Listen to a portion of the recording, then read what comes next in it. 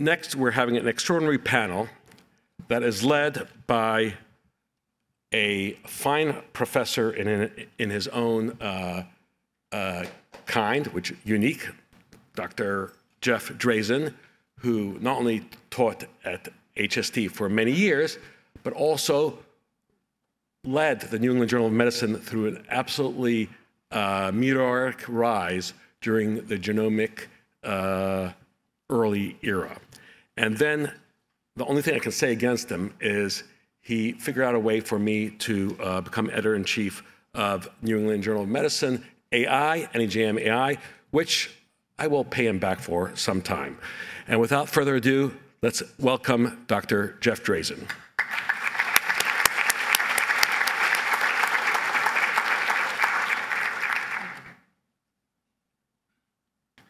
So good morning, everyone. As a PGY 52, it's great to be here this morning, and I always like to look at the audience.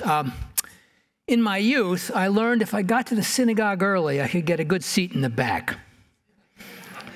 And then later on, during my thespian days, I learned if I got to the theater early, I could get a good seat in the front. So this looks like this is going to be more of a religious than a theatrical experience this morning, based on how people have sat. We're going to talk about the use of AI in preclinical education. And we're going to define preclinical education as from the moment of birth until graduation from medical school, with a major inflection point at the time of matriculation to medical school. But I think for us to remember, the students that are becoming in are going to be much more efficient with the use of large language models because they've become so efficient so far in the very short time that they've been available. These students have realized the potential of the tools, and they've learned also how to use them somewhat, so that we now can take a look at how these large language models are going to change medical education and then hopefully change medical practice. So we have an interesting panel, and I'd like all three of the panelists to come forward and have a seat, and I'm going to have a seat too. So I'm not standing here on the side, and we can discuss this issue. So please come forward, Drs. Chang, Farhat, and Farrell, please.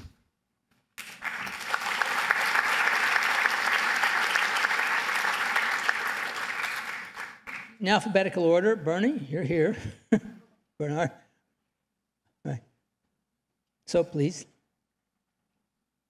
I'm going to ask each of the panelists to introduce themselves in 3 to 5 minutes and to give you their take about how large language models are going to reshape preclinical education. And then we're going to have a brief discussion among the panel members.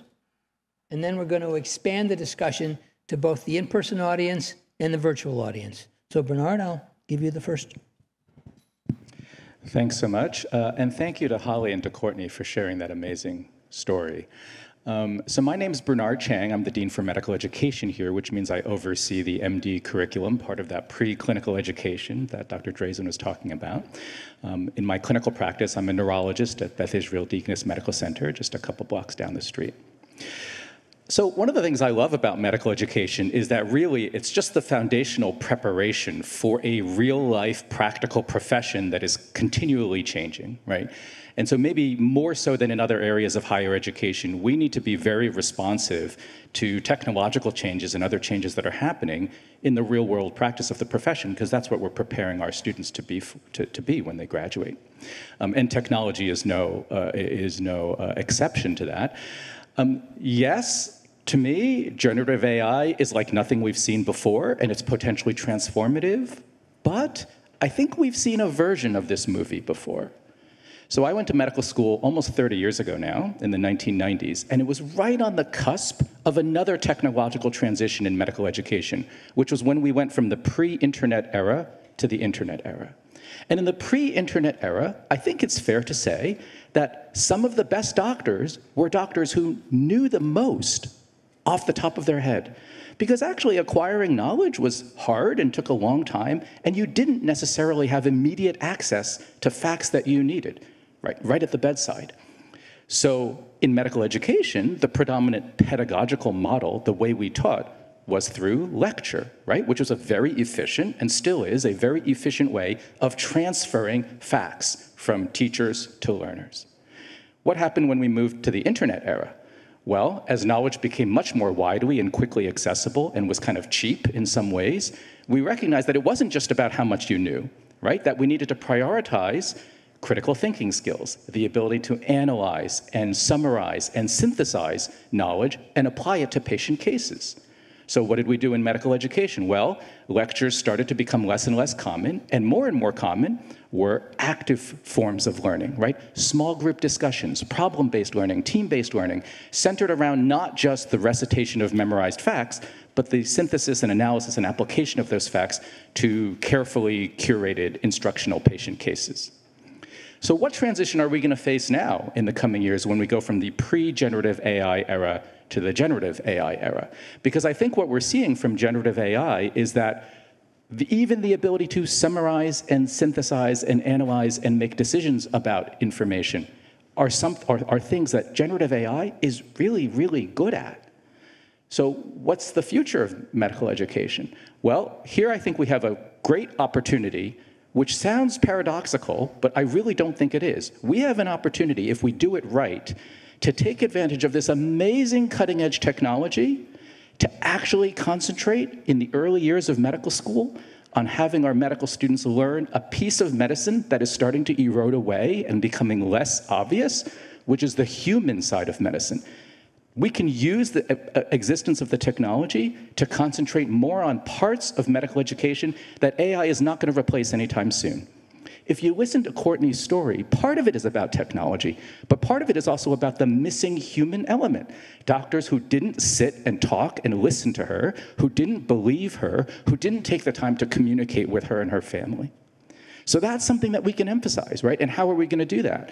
Well, as generative AI can take over some of the lower level, rote, kind of more automated, kind of cognitively lower tasks, we can free up the time of both our teachers and our students to emphasize those human aspects: compassionate communication, understanding the patient's individual situation, the laying on of hands, doing the bedside physical exam. These are skills that otherwise would erode away and maybe have already started to do that. And those things are not, I think, going to be replaced by AI anytime soon. And so I think we have a chance here, even in the early years of medical school, not just to teach our students about AI and its strengths and weaknesses, as Dean Daly mentioned, but also to allow the time that's freed up by the use of AI, by the faculty and by the students, to concentrate on really more a human medical education. Thank you. Maha?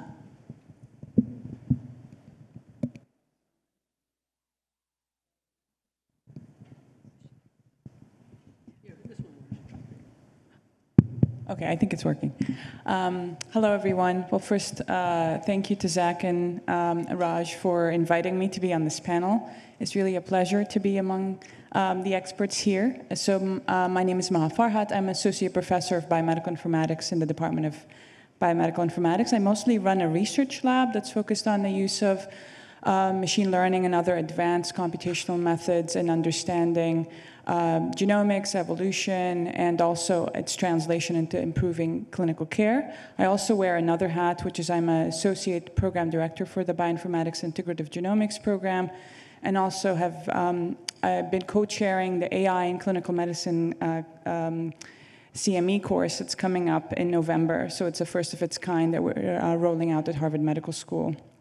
I also go back and forth between the medical school and my kind of research and graduate education role, and the Mass General Hospital where I practice pulmonary critical care medicine. So from my perspective, because we develop and train AI models in all sorts of different contexts, and I think a lot about quantitatively how these models are built and what goes into them, what their biases are, and what their pros and benefits and what we're gaining by using them. So I always tell my students that all models are wrong, but some are useful. And so we do expect these models to not be perfect, but they do clearly, as Courtney and Holly demonstrated, they do have a very clear practical implications. And so I think as a physician community and as a researcher community, learning about the pros and cons of these methods and learning about them early, being able to peer into the black box so we understand a little bit what their biases are and how they fit, not that we necessarily expect everybody to learn that in a significant depth, but that they develop some form of literacy in that is extremely important at an early age. And from my perspective, in terms of the LLMs specifically, they are really, in some ways, Google on steroids, right? That they are allowing us to do this incredible knowledge retrieval and synthesis at the scale that wasn't really possible before. And really, the key aspect of it is its ability to interact in a chat box kind of setting where you can interact, ask questions, get feedback, and that the model can kind of adapt the answer to what you're looking for. And that's really a very innovative way of retrieving information.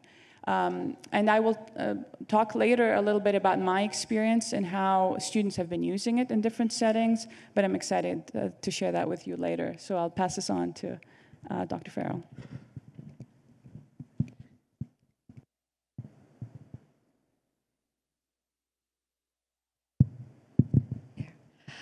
Thanks very much for inviting me. I'm honored and humbled to be invited to this panel.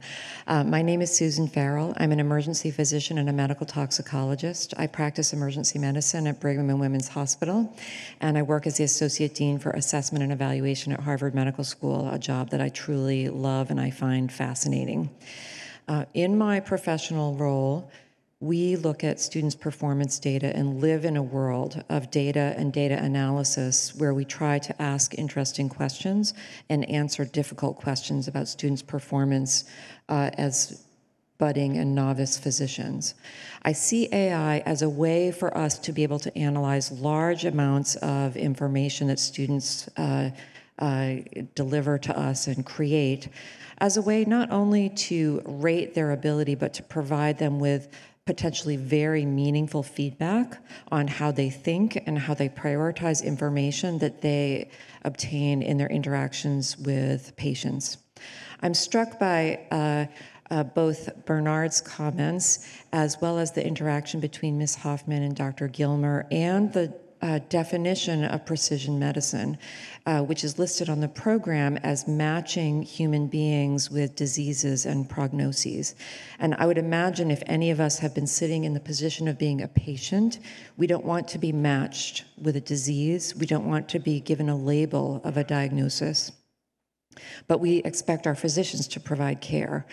And so although I see the power of AI in helping us to educate our students and to provide them valuable feedback on how they can improve, I think that if we look at this from the point of view of patients as human beings, they're looking for providers who provide care, not simply knowledge. And AI will democratize the access to knowledge so that the interaction as it was described between Dr. Gilmer and Ms. Hoffman is not an interaction, it's a partnership between us as professionals and the human beings who spend hopefully 90% of their lives as human beings and not patients. And that I think it's important for our students to learn that regardless of how they attain or analyze knowledge, they still are in service to the people that they provide care. And therefore, I think that we do need to walk the line of recognizing the tremendous amount of information that we can use at our fingertips, while also making sure that our students understand that they are learning in service of other people.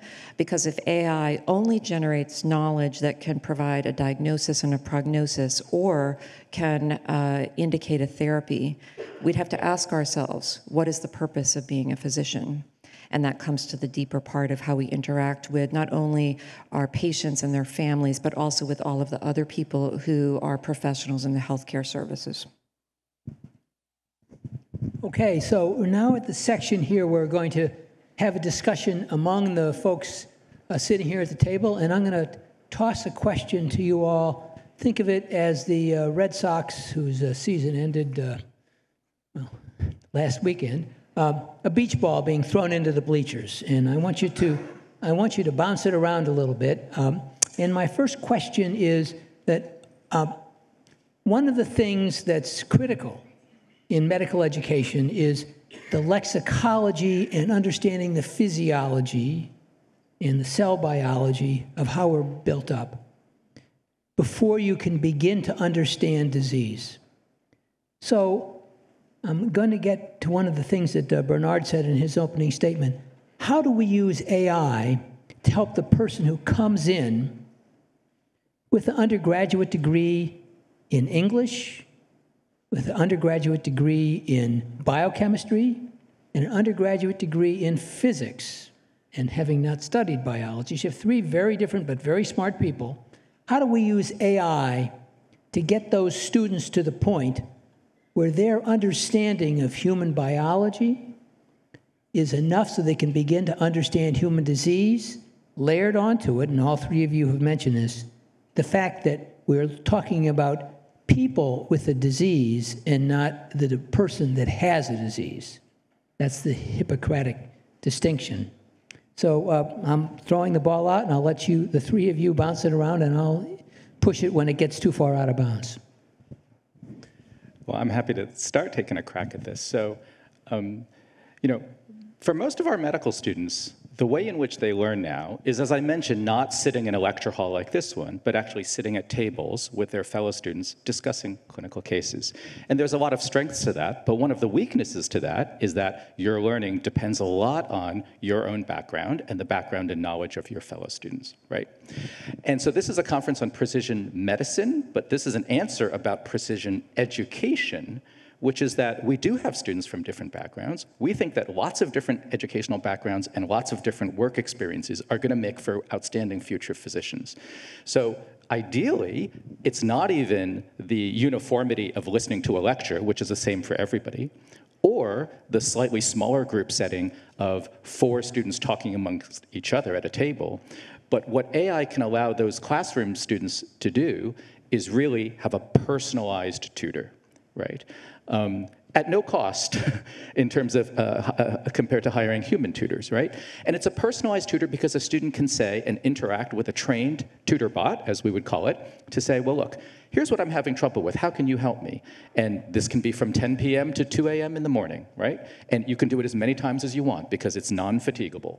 And the tutor can tailor the responses and the suggestions higher and higher as you're learning, or peel it back a little bit as you're having more trouble. So each student can use AI as a personalized tutor to get to where they need to be to maximally benefit from the small group learning that's going to, say, occur the next day. Who's going to decide when they're there? At the level of, who's going to decide when they have the level of knowledge to get the value from the group interaction? That sounds like an assessment and evaluation question. Maybe I can try to take a crack at this. So I'm going to take the negative point of view and say that very early on in medical education, there might be very limited role for kind of these LLMs or these interactive educational platforms, because the students may not even know what to ask, right? Like, ultimately, if you're interacting with a chatbot, you need to know what to ask for you to guide your knowledge gaining and your learning. And ultimately, the prompting or what you ask is going to be really, really key for how you're learning. So either that we design curricula that give students questions, and then they kind of go to the chatbots and ask and learn that way in an interactive way, or we give them some kind of basis of knowledge so that they know what questions to ask as they navigate different problem sets, et cetera. They have a problem that they're tackling, and then they can ask questions around that problem. I would say that if it's completely open-ended with no guidance, that's going to be really problematic, because where they end up in the space of knowledge and how much they gain might be just too heterogeneous and not sufficiently detailed. So so that's kind of one perspective I have on this. And I think that what we've learned from training these models is how you ask them, how you prompt these models might be just as important as how they're, what knowledge they're trained on. Like, really, the kinds of answers you get are extremely dependent on how you prompt these models. So that's really key.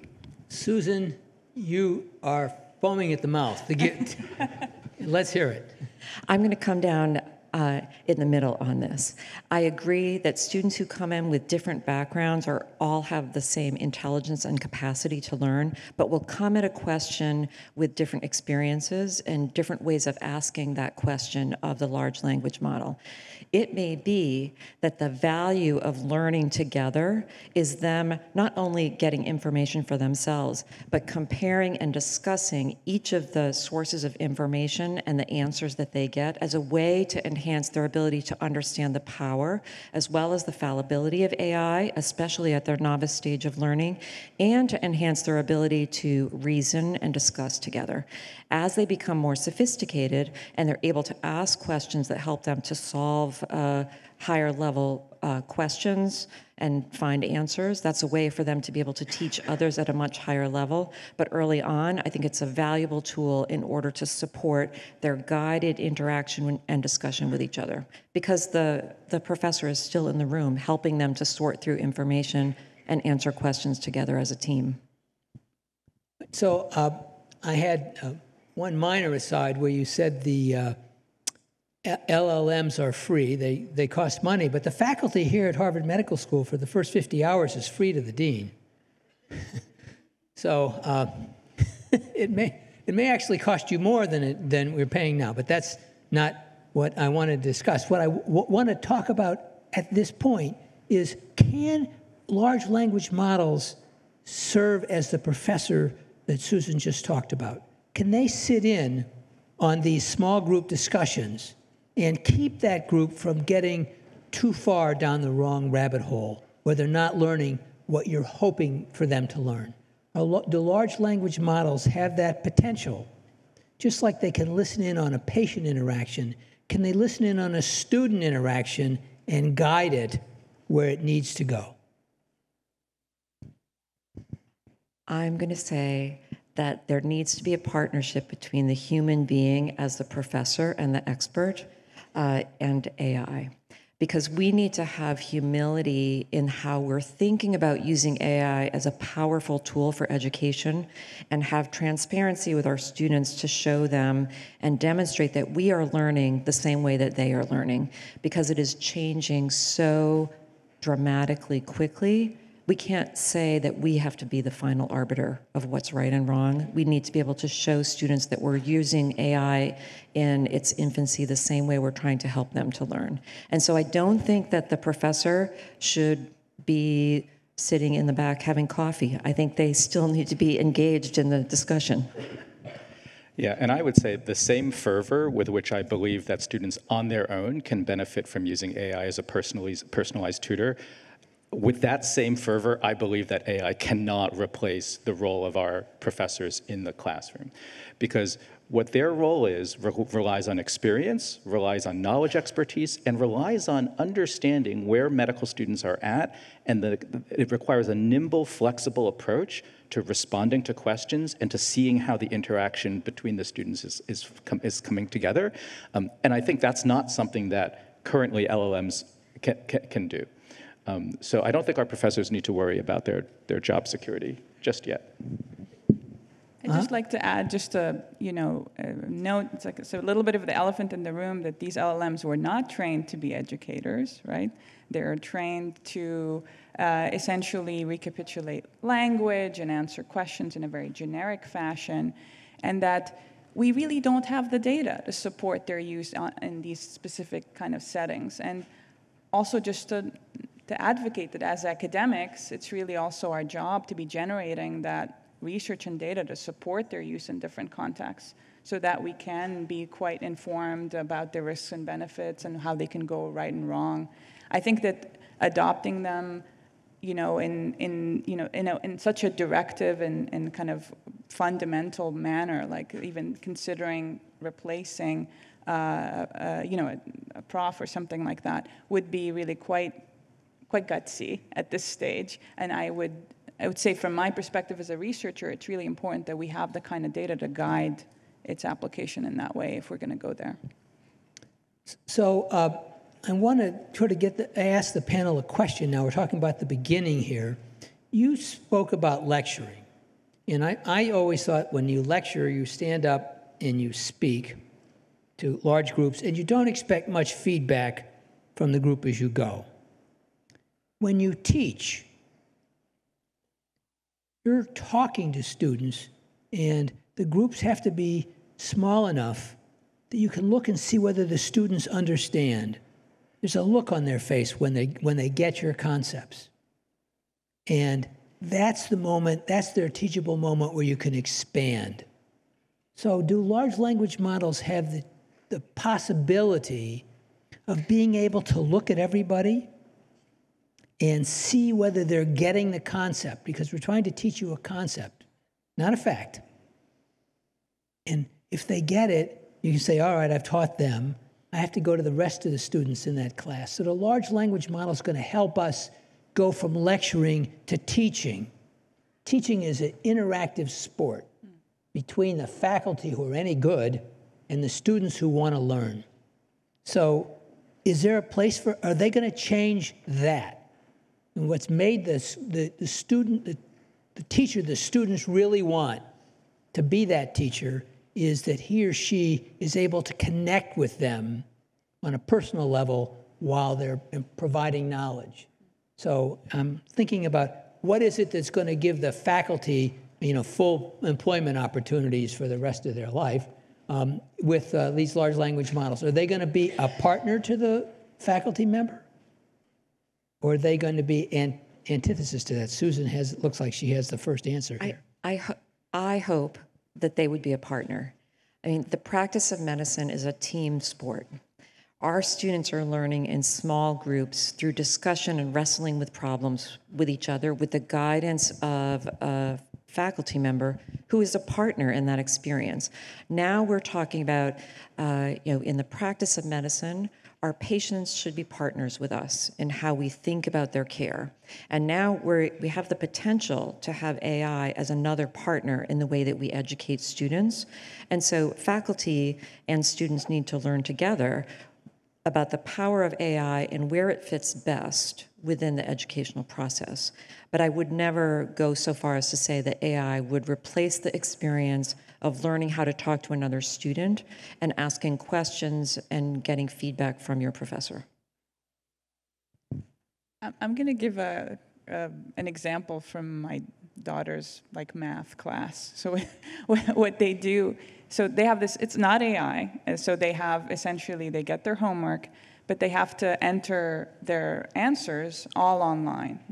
When they enter their answers, the little interactive session immediately tells them, is this answer right or wrong, or you got this wrong, so try again.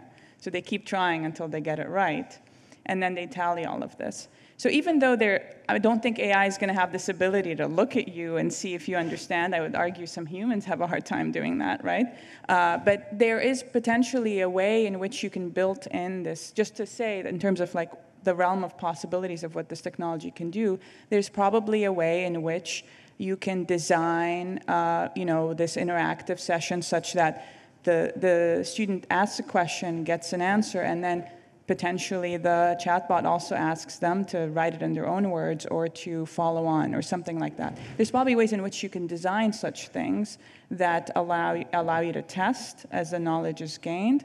But I don't at the same time think that this is going to replace a professor, because again, I see this as quite the add-on, because there's something that I still think that there's some aspects of understanding a material, aspects of the practice of medicine that are more, interactive and human, and all the physical exam skills that we do. There's really so many other aspects that we need to touch and feel, like our anatomy classes, that will, not really be easy to replace. And so I do see this as a partnership as well. And I would say there's a little bit of an analogy between the patient care aspect and the educational aspect, right? Courtney didn't use ChatGPT and say, oh, I've self-diagnosed my son, let me book him for treatment. She said, I got to get myself to a doctor with this information who's going to talk with me and help me understand, is this correct? What can we do about it? And it's the same thing for our students, I would say, which is that, that element of wanting to talk to the expert human educator is never going to leave us, right? So I'm imagining that our students will work with the personalized tutor on their own and say, oh, tomorrow I can't wait to go to my professor to talk about what I learned here.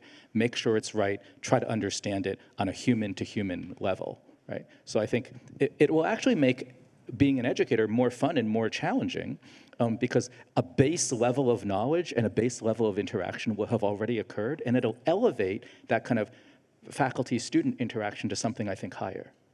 So, Bernard, you said one of the things in that response, which I thought was key in the keynote interaction, and that was that when Susan discovered the diagnosis, when Courtney discovered the diagnosis, she went further to find a physician who would understand that diagnosis and know what to do about it. So if she had made that diagnosis and then gone to the neurosurgeon down the street who specialized in fixing cranial injuries, he or she probably would have written her off again. So one of the key things that makes the internet useful is for somebody who's looking for something rare can easily find it. She knew what to look for. AI taught her what to look for, and then she, being a very accomplished person, was able to figure out, who do I go to see whether I'm being misled by this model? Because it was possible. I'm sure I can't put myself in her head that this diagnosis came up. She said, I need to go to somebody who'll be able to tell me whether I'm being misled. And now that's the next thing in medical education. And one of the things that I do when I'm on teaching rounds in our intensive care unit is I'm encouraging students to use large language models to expand their differential diagnosis so that they can tell me, I said, all right, here's your differential diagnosis. How do you say back to that model, you're absolutely crazy. That couldn't possibly be what's wrong with this patient because of the following 6 reasons. So that can we use large language models to help us learn how to have a broad differential diagnosis and then learn how to pare it down in a way that requires thinking about what I've been told. And the key message from the keynote was that many doctors weren't ready to listen. So that a corollary to this discussion, which I'm going to now toss out to you, is how do we get old guys like me, as I started off, I'm a PGY 52, how do I get people who are not open to thinking outside their box, to take in this new knowledge and to say, all right, you've come up with something. How do I know whether that's useful or not? So that's my question to the panel. I think we need to try to build trust in these tools, and the way to build trust is, like forums like this, where you have discussions, but also continuing medical education is really important, that you have essentially examples that hospitals and other kind of administrators allow to disseminate on what's a good use, these are some examples, success stories, but also cautionary tales. So you're giving a little bit of a balanced view on it. So it's not all a rosy picture, because that actually makes people probably distrustful, because we know that there's always a catch. Especially as physicians, we're very, very careful, right? We're trained to be careful and to be risk averse and to be detail-oriented. And so I think we ultimately, from my perspective, it boils down to a component of continuing medical education and examples and dissemination of these findings and how you interact with these LLMs that allows people, gives people builds trust in them and allows them to get more and more adopted. But I think what you said initially about interacting with these and the long differential diagnosis, expanding the differential diagnosis is really key. I think the reality is nowadays there's more and more diagnoses that are possible, and each individual physician's fund of knowledge is their fund of knowledge. And what Zach was saying before about grand rounds or interactions between physicians when there's more and more discussion about a specific case, we do that in academic settings. Not all hospitals do that. We do that for certain cases. Sometimes we kind of think other cases are simple and don't necessarily get cued into their potentially some additional complexity and dismiss them. But if you have this routine interaction, especially at the training level between the physician and the LLM, it will allow them to start thinking, about the differential diagnosis. And also, as if you do this as you learn, I would anticipate that would become kind of ingrained, right? And so you wouldn't use the simple pattern recognition that our brain allows us to do, but you start to expand beyond the pattern recognition of our own fund of knowledge to this interactive component where I think this is this diagnosis, but let me double check. Let me, present the case to ChatGPT or whatever other LLM, and let's see what it suggests. And I find my residents and fellows are doing that routinely now. They're, on the consultation service in the pulmonary division at MGH, many of the fellows are routinely, when they get a case, I think it's this, and I always encourage them, put your money on something before you talk to before you interact with it, because then you'll be able to check yourself and you'll get some feedback from that interaction. But then they'll have a more detailed differential. But then the key is what to do with that.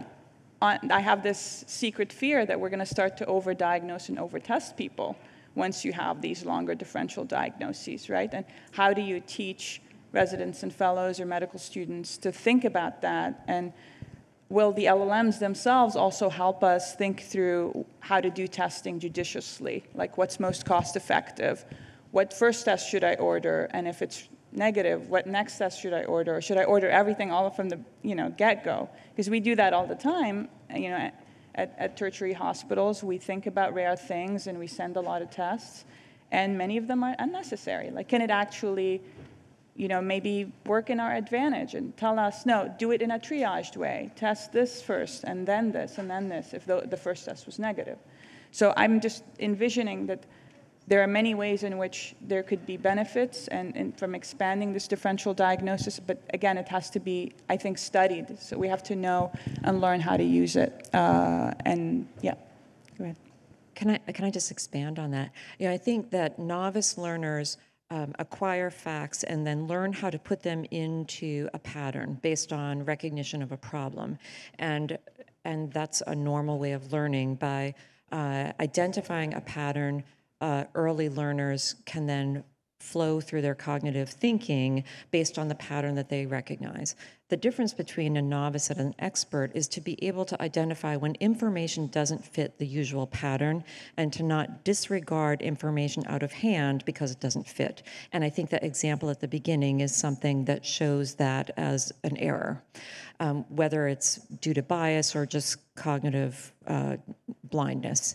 The way that we can facilitate our learners moving from novice to proficient toward expertise is to use AI not to be able to create a laundry list of differential diagnoses, all of which are equal, but to help students to prioritize what's the information that helps me to cue that this differential diagnosis versus this one is more likely to be applicable to this particular patient.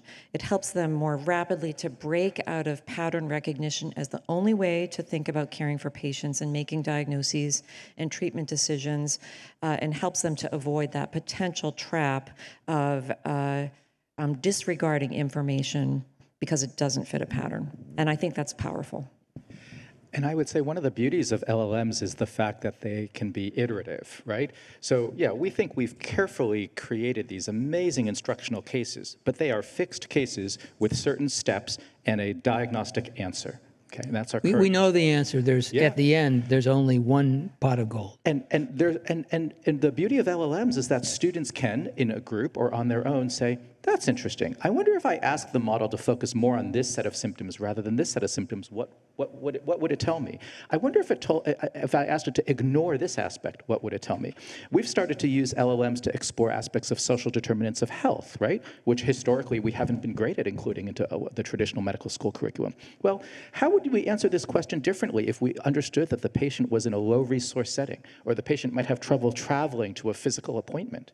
And you can just keep going on and on, and so the ability to iterate is actually, I think, consonant with how we learn. And we try to mimic that by creating cases where we mete out certain pieces of information and ask for discussion and then provide the next stage of information. But LLMs are like that on steroids, right? You can just continuously go back and forth over and over again, changing variables and seeing what the resulting response is. So before we get to the internet questions, I have one more thing to toss out here. One of the things that we really lost during the COVID epidemic was the ability to examine patients. I'll go into the ICU, and there's some people who are first-year residents that can't distinguish normal lung sounds from abnormal lung sounds. They just haven't had enough experience as a student, and we're getting to the point where their teachers, which are the residents, in some cases junior faculty, are not skilled in physical exams. So can large language models help us? You gave us one mechanism, which is it frees up time. The instructor might be spending, doing documentation so he or she can be at the bedside with students. Can LLMs help us at the bedside, teach us about how to examine a patient? And I'll just give you one more clue about this. How am I thinking about it? When I was an intern at the Brigham, I had a case of pulmonary hypertension, and I remember asking Lou Dexter, who was the attending physician, whether he had heard a difference in the splits of the second sound, and he said, I didn't listen for it. I'll have to go back and check. So when you do a physical exam, unless you have your head set on finding something, I'm now examining to see if the liver's big. I'm now examining to see if there's something. Can LLMs prompt us, given this differential diagnosis, what should I be looking for in this patient? And have there been examples where they've been used that way? It's your coach looking over your shoulder saying, make sure you're listening carefully for that S3. Are there uses like that? Because that will help us in the physical exam, instructing the student to go back to the patient and to do something that we may not be doing now. Maybe I'll try. I'm not sure this is in the realm of LLMs because, again, hard sounds are not language. So that being said, I think that there are technologies that should, I would say, venture and say, easy to analyze hard sounds. There are already digital stethoscopes. I don't know, there might already be such a technology in which you can essentially process, audio from digital stethoscopes and predict abnormalities in hard sounds, and then that would potentially be cued in. Again, other sources of information helps with interpretation, and the AI would help interpret that audio and then cue us in so we can go back and confirm. But I think that that's definitely a possibility. Again, it's within the wider realm of AI, but maybe not necessarily in LLMs per se. But I think such tools, like, for example, there are more and more AI methods that help interpret different radiological modalities, ultrasound. That's also democratizing healthcare and allowing these kind of advanced technologies and diagnostics to reach people in more resource-limited settings. So I would say yes. I think overall that it is possible. Okay. We now need to open up to the floor. We have a long line of people. We'll start here. Thank you. Please identify yourself before your question. Thank you. Okay. I'm David Chang. I'm a nephrologist from Taiwan. I'm a visiting scientist here at DBMI at Harvard Medical School. And I've been also teaching in OSCE, PBL, and so on. So I want to jump back to the first question is for the physiology and cell biology for different undergrads. I have actually heard from a brilliant talk from the trainee talk in DBMI from PJ Van Camp, teacher, are you here? So he actually developed a squirrel model. It's a prototype that actually has guided points that the students have to hit when they're talking to the LLM. So I think that could actually work on the first question, that it's actually a partner and an individualized tutor that could help. Like, you could put your material inside, and then it could help. So first, it asks a question like, do you know anything about genes? And then the student has to type in the answer, and then it could further guide down the material. So I think it could actually work for guiding that. And thank you. Yeah. We have a limited time for this, and I think I understand your comment. I'm now going to look for a question from the microphone on this side. Oh, sorry. Thanks. Hi, everyone. I'm Jacqueline Yu. I'm a clinical informatics fellow at Mass General Brigham. I'm also a master's student with the Department of Biomedical Informatics and an internal medicine physician. My question to the panel is, are we asking the right question? Should we be asking instead how we can use informatics with AI as a tool in our toolkit to shape preclinical education? AI will continue to evolve, and technologies will continue to evolve, but we really haven't armed our clinical learners of today to adapt to those changes.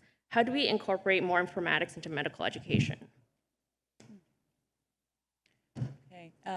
So maybe I can ask you, by informatics, do you mean the more general types of methods that are not AI? Or do you mean the data? Or what are you referring to? I'm referring to the realm of clinical informatics. It's a subspecialty, and I think that there's so many different aspects of incorporating technology into healthcare that our learners really don't have exposure to during their undergraduate medical education training as of today. And I think that recognizing that there are things like understanding how technology fits into clinical workflows, things like that oftentimes our learners, unless they go out and seek that proactively on their own, are really not getting exposure to. Yeah, it's a great question, and I would say that I guess there are different levels of different sources of information that are important as we educate our students, right? And perhaps the first source, the one we start with in the very first week of medical school, is you learn from your individual patient. But then we also get into, we learn as a community from randomized controlled trials. And then maybe what you're talking about is we learn as a community from big data analyses, right? From epidemiological studies, from population-based studies. And so, yes, I think our students need to know all of that. The question is how to present that, right? We don't start by saying, let's look at big data, let's look at RCTs, and by the way, we'll teach you how to talk to patients later on. Those are just individual patients, right? So we start at a certain human level and then kind of build up from there. Hello, I'm Luigi De Angelis. I'm a medical doctor from Italy. I'm currently an MPH student at the THN. Last year, I was a teaching assistant for a public health course back in Italy.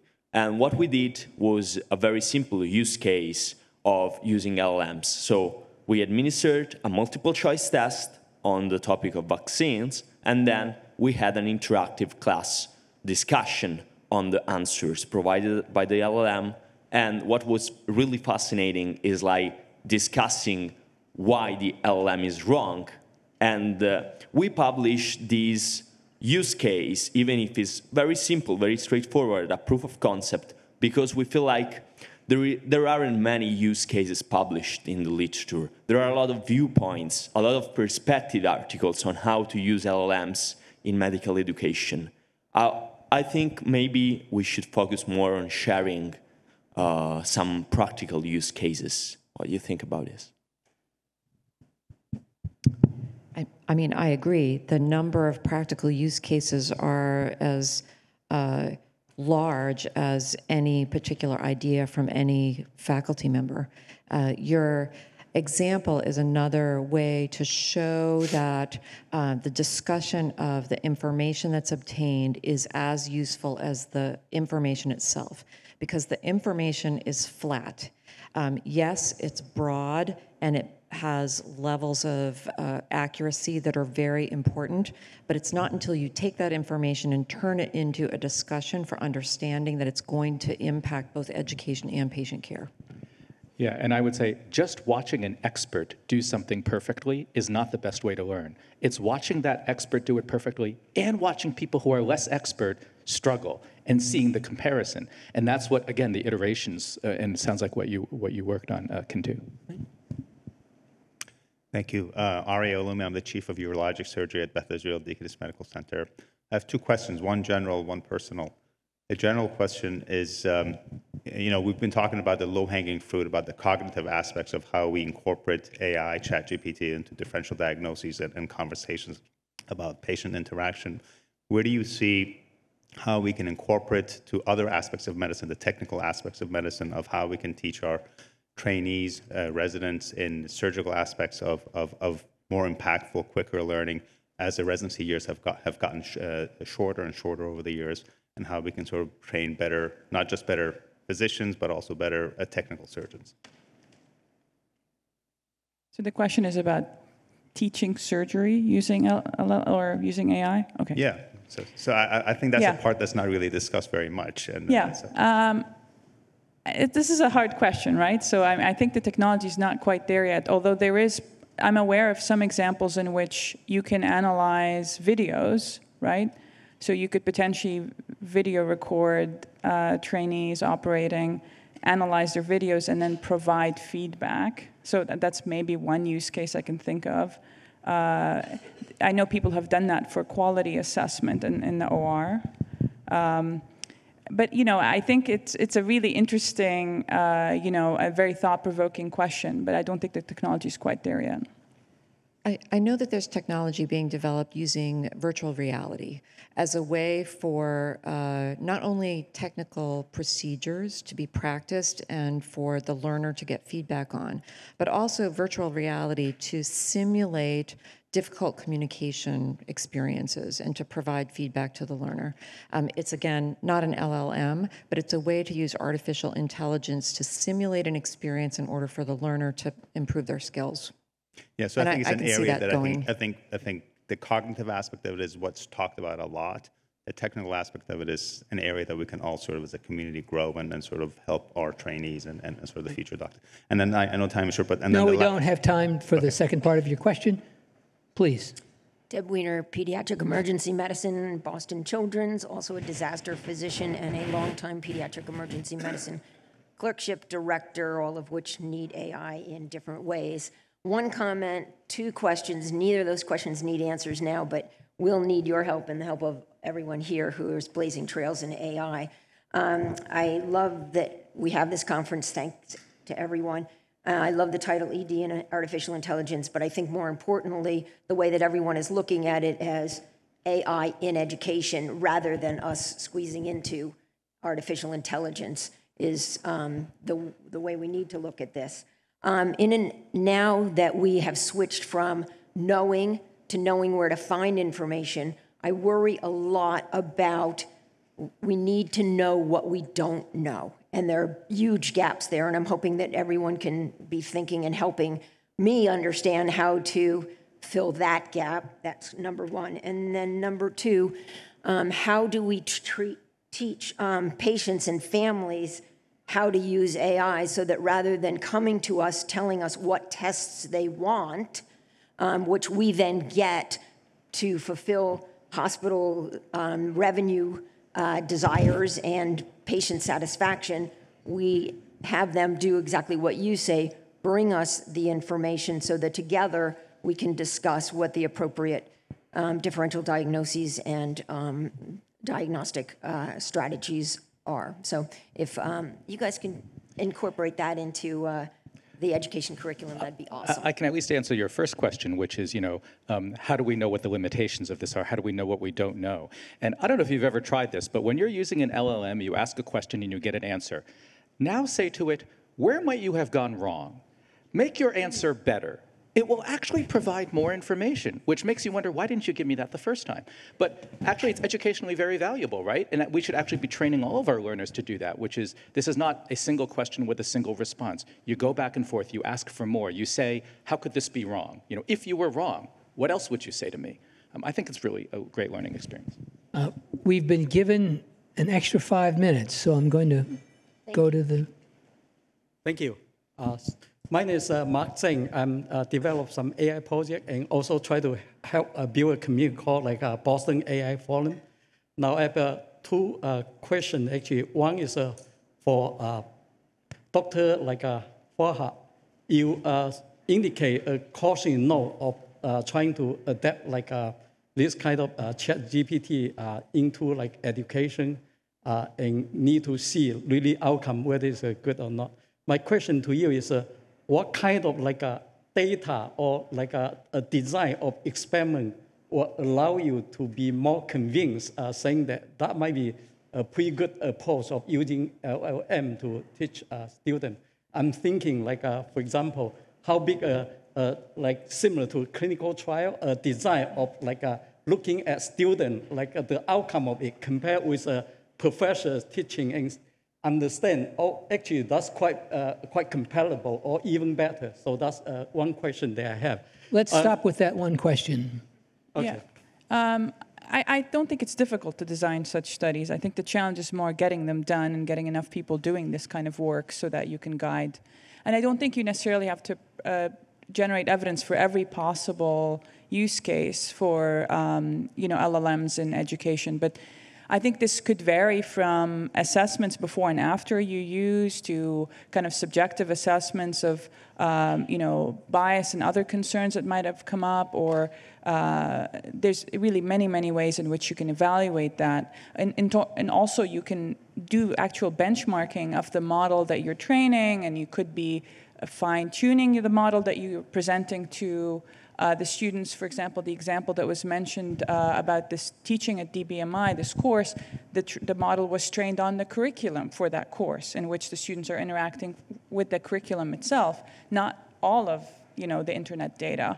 And so you could really design the prompts and test them and see whether or not the model is giving you what you expect. So there's really many, it just really depends on the use case. So Maha, I need to bring up something. Remember, I started off as an engineer before I went to medical school. The problem with doing these clinical trials that you think about with large language models is you put the same data in over and over again, you get different answers every time. So there's now variability in the answers. In the intervention, right? If I'm doing a drug trial, everybody gets the same exact treatment. Now they're going to have different biologies, they're going to have different metabolomes, so they're going to be different. But we're introducing another degree of freedom, which is the variance of the output of the model. So this is one of the questions I have in trying to do clinical trials where we're studying the value in education of an intervention, which by itself is much more variable than the interventions with which we're accustomed to using. How do we study those? I mean, that's all, definitely a challenge. So I think there are benchmarks that could be really quantitative or binary, like is the right answer in the output, or is it not, right? So you could do very binary assessments. You could also look at rationales or rank results and say, okay, how does it do on the ranking compared to what I expect? There's different ways in which you can make these assessments nuanced, but I mean, we have to just state the obvious that none of these are entirely perfect, and this is a very nuanced process because it's ultimately producing language. And so there is often a human component where you get a bunch of physicians to read through the output and confirm this is what it makes sense or it doesn't make sense, because ultimately a lot of the processing, even when you do benchmarking, is also computational, code-based, and/or potentially even LLM on the LLM output, so that there are ways in which you could start to do that. But yes, there are ways. They're not necessarily perfect. I think, to use your clinical trial analogy, it would be more like having a pragmatic trial, right?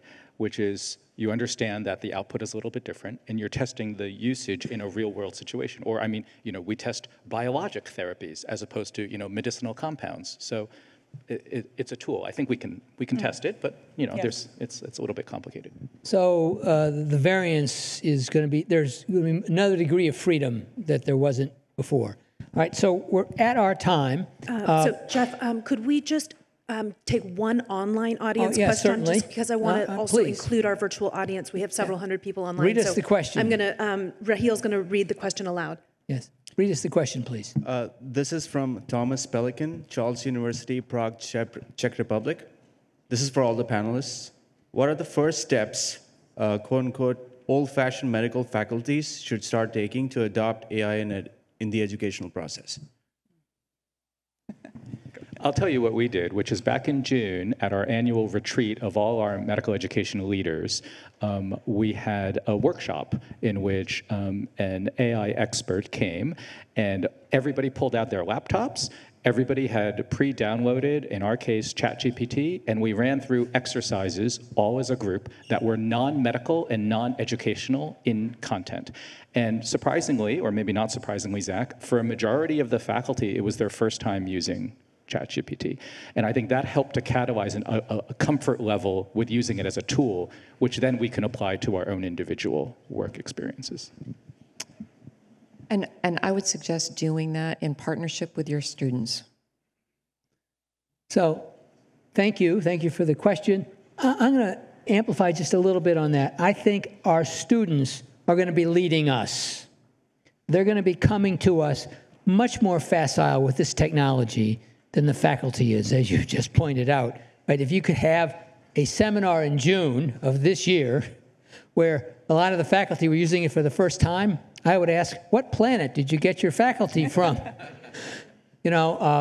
Because my 11-year-old grandson is using this all the time, and in useful ways. And so the kids are going to have learned how to use this tool because they're going to have been exposed to it and seen its power and seen its areas to fail, not necessarily in medicine, but in life.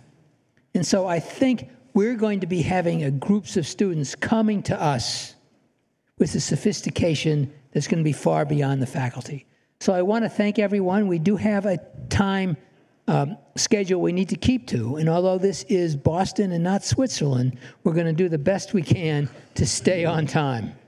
And with that, I'll turn the program back to Professor Kohani.